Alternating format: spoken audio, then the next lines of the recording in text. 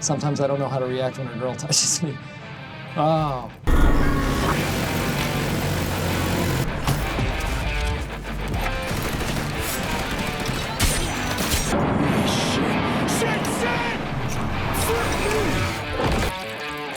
I like it. It feels like only yesterday I was watching the Edgerunners Netflix TV series and played Cyberpunk 2077 again to see if it's fixed. And back during that time I thought Cyberpunk was pretty damn good. This is so f***ing good! Jerry! But well, now we've got Cyberpunk 2.0 and the new DLC with Phantom Liberty with another fantastic actor alongside Keanu Reeves' Johnny Silverhands with Idris Elba. Got something that'll keep you hard for hours.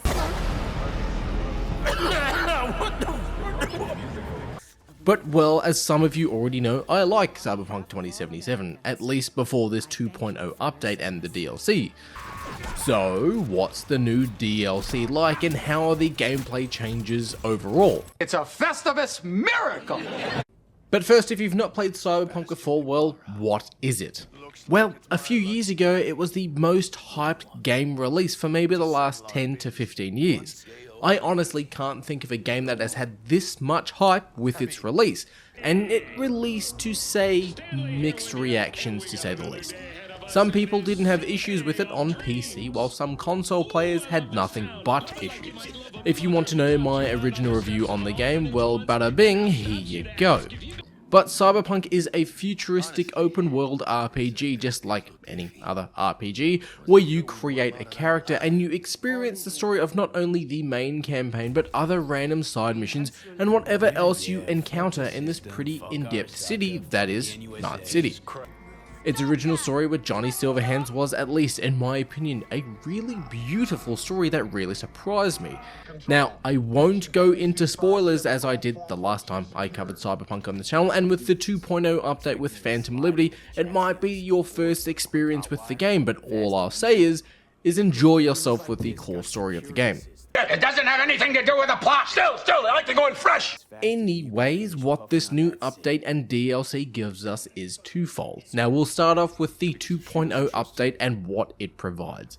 Now if you didn't check out my other video about Cyberpunk around this time last year, I booted up the game to see how it ran on my PC and asked, well, is it fixed after the general troubled launch that it had?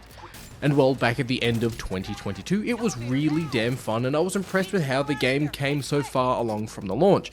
And now Cyberpunk itself has reinvented itself with the 2.0 update. Now we've got updates to combat, a complete rework to the skill trees and the overall just more fun, enjoyable experience. For starters, we've got a new police chase system a little bit more similar to the GTA series, where there are wanted levels with stars, and in order to lower your wanted level, you basically need to hide. Now what I found interesting too is that if you're running from police on a motorbike, which is obviously more faster and nimble than a car, the police will then chase you down on bikes and they can keep up. It's also more common to see police just generally roaming around on the streets, and while the police shootouts are still the same in the game where cops just face off against gangsters, it makes the world feel more alive. Vehicle combat has also been updated, which was a welcomed addition but took me a little bit by surprise too. Now by pressing the relevant button you pull out a gun, and just like playing a bit of GTA in first person mode with the weapons available in the vehicle, it works pretty damn well, I won't lie. Now it is a little bit full on if you're driving in first person, as driving in the game is bonkers and the handling of the vehicles, and actually sidebar for a second, but driving in this game, it's something that's so immersive it needs a moment to be appreciated. The interiors of the cars look fantastic, as does the game in general really, but when you're riding on a motorbike in Cyberpunk in first person, it feels the closest that I'll ever get to riding a real motorbike. It feels fast, it feels nimble, it feels incredibly dangerous, but rewarding at the same time. And I feel these details need a moment of appreciation. But also with the update for this game, people no longer text you saying, hey, I got a car for sale, and you can now purchase cars via the internet on V's computer in his apartment, or at terminals throughout the city, or at gas stations, which is kind of preferred and it's more realistic than just getting a text message saying, hey mate, buy my car. What do you say? Come on. come on! Oh, come on! Yes! Now, vehicles' tyres can also be shot at or slashed with melee weapons, and there are perks tied to driving, like being able to jump or slide out of a vehicle at high speeds, or being able to slow down time when you're using certain sort of cyberware abilities, which is kinda cool, as well as the general increased damage for vehicle combat because you can now pull out a weapon during driving sessions. Now, speaking of combat, the overall combat of Cyberpunk with the 2.0 update personally just feels smoother and less generic, if that makes sense. But what updates do we have? Well, the NPCs aren't overly stupid, they'll run away from grenades if you activate a Sandevistan, which I think that's how you pronounce it, which is basically the slow motion ability. But when you activate yours, the NPCs will activate theirs if they have it to sort of act as a defense to yourself. Also, not too sure with the original release or whether it's with the 2.0 update as well, but I just want to take a moment to mention that the combat is pretty gory depending on what weapon you're using, and I've shot full-on chunks off of a person, and looking at their bodies was, yeah, kind of impressive actually. Now, one of the things I noticed as well, of course, is the stamina has been updated and changed out. Sprinting and jumping doesn't drain your stamina, but using a gun or a melee weapon does. That doesn't make sense. Well, when you're firing a weapon, it drains your stamina because your stamina is being used to hold your weapon steady. So if you're using an assault rifle, your stamina will drop over time because you're actively trying to keep the weapon steady, and depending on what weapon you're using determines how much stamina is used when you're firing your weapon to sort of stop the spread or the recoil of the weapon. When your stamina's out, that spread and recoil just grows. And it kinda makes sense in my opinion. Could someone help me? It's stuck on auto-fire! But also, you'll lose stamina in melee combat, whether it's with your fists, your swords, or using the dope mantis blades. Now, katanas too are also a bit more fun to use this time around as well, and depending on what skills or perks you have unlocked, you can block bullets with your sword, and I mean, that's pretty damn rad. But with combat comes weapons and the inventory system, and it's a lot easier to use and understand on how much damage a weapon does. The clothing system as well has been updated, and yeah, while there have been outfits in the game like I mentioned in my previous Cyberpunk video, but the clothing here is just, well, clothing. It's mainly cosmetic, and I kinda dig it, because the armor modifiers are now provided in Cyberware, just like how a mantis blades give you, well, blades coming out of your arms. But the armor Cyberware makes you more tougher, which I actually really like. So previously when playing Cyberpunk, you get better defenses or you need to wear better gear, basically like a normal RPG. And when I booted up Cyberpunk, I decided to continue the playthrough of the Corpo character I started when I covered Cyberpunk last year. And when I booted it up, he had a interesting outfit, but it was all because of their armor values, which was pretty good for me at the time. And well, now this time I can put him in whatever outfit I want, and the armor system is buffed and increased through the Cyberware, which has also been revamped. We can rebuild him. We have the technology. But I don't want to spend a lot of money. Cyberware is broken up into two different sliders on the side. The amount of cyberware your character can handle and any armor or health buffs that you've got from the cyberware. But you can level up this sort of cyberware slider as you progress through the game and upgrade your cyberware rather than just constantly swapping it out.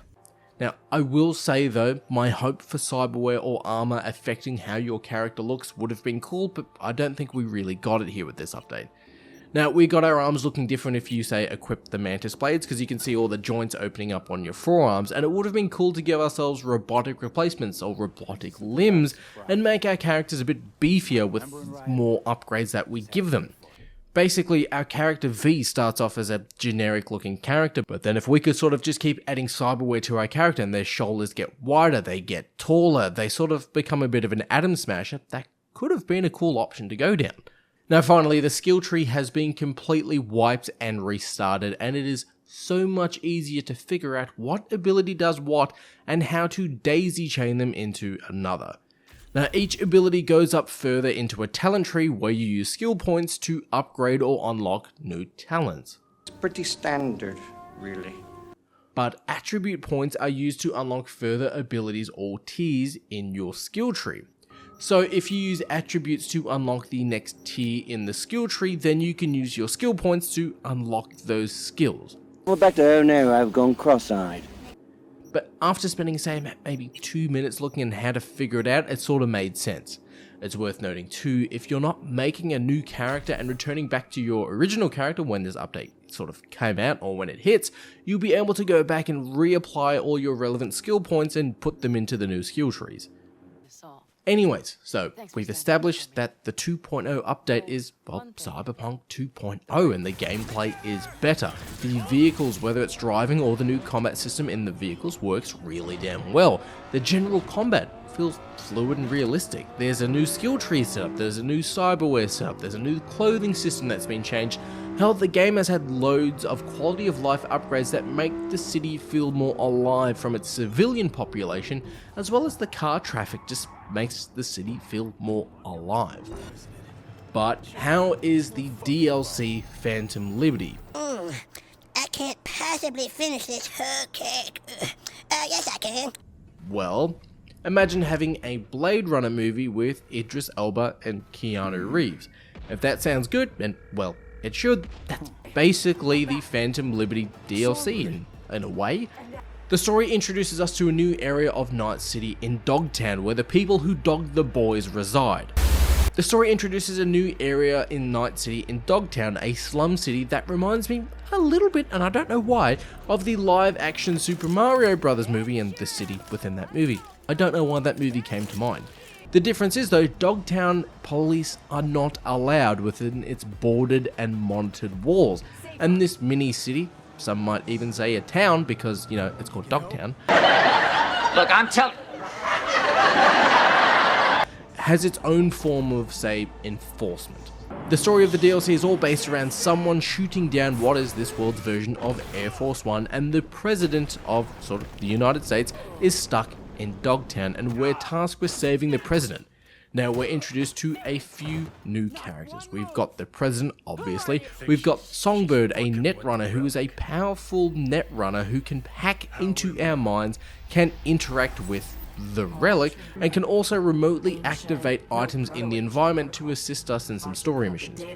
It's actually kind of impressive as well at the same time. Finally, we've got Solomon Reed, played by the fantastic Idris Elba. And just like Keanu Reeves before him, Reed chews up the scenery, and his presence is, well, it's goddamn Idris Elba. And, well, I want to avoid spoilers here, but, you know, Idris Elba is here to help. Question is, where do I fit into this joke? The story DLC of Phantom Liberty does start off with a bang and moves pretty damn solidly even after the introduction of Solomon Reed. But it did have me personally go, oh, come on man, when the game then forces you to do side missions in order to continue the main story of the DLC. But like I said in my previous Cyberpunk video, the side missions here are actually pretty damn fantastic, but nothing is as funny as a guy with a malfunctioning cyber cock. Satisfaction guaranteed, they said. It's worth noting, Phantom Liberty can be played with your existing character or characters, but the characters need to be around level 15 at minimum in order to sort of not struggle too hard with the DLC, but you also need to do the Voodoo Boy side mission in the main story. Now, CD Projekt Red do recommend starting a new character with the 2.0 update with the Phantom Liberty DLC, especially with the new talent trees and upgraded graphics. Like shit, look at Johnny Silverhands before and then look at him after.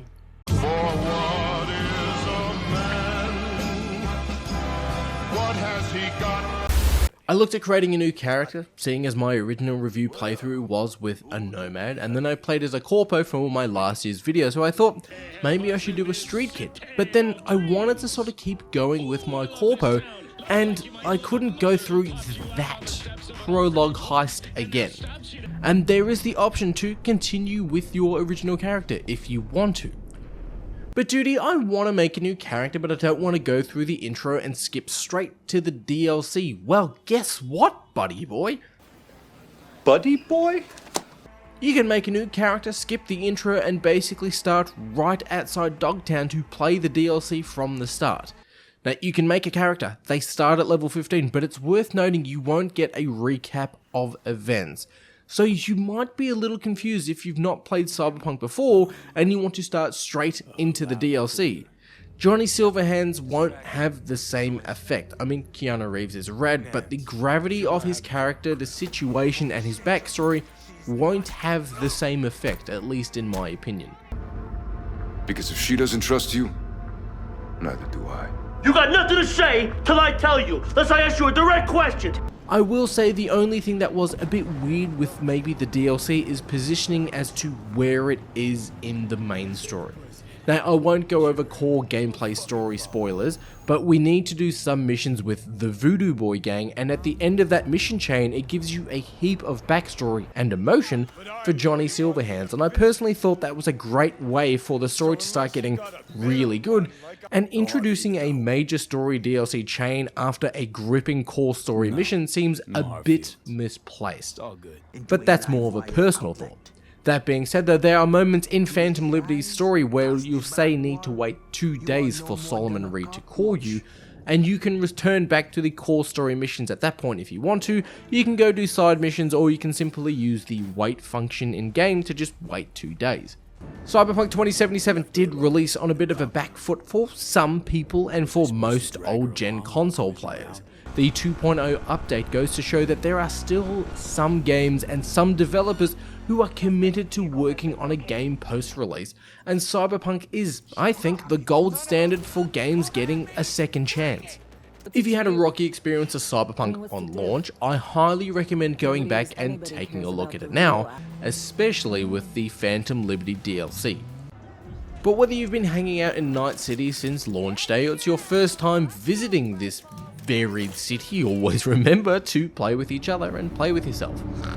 On behalf of the staff of the Independent California Motel, I wish you all sweet dreams.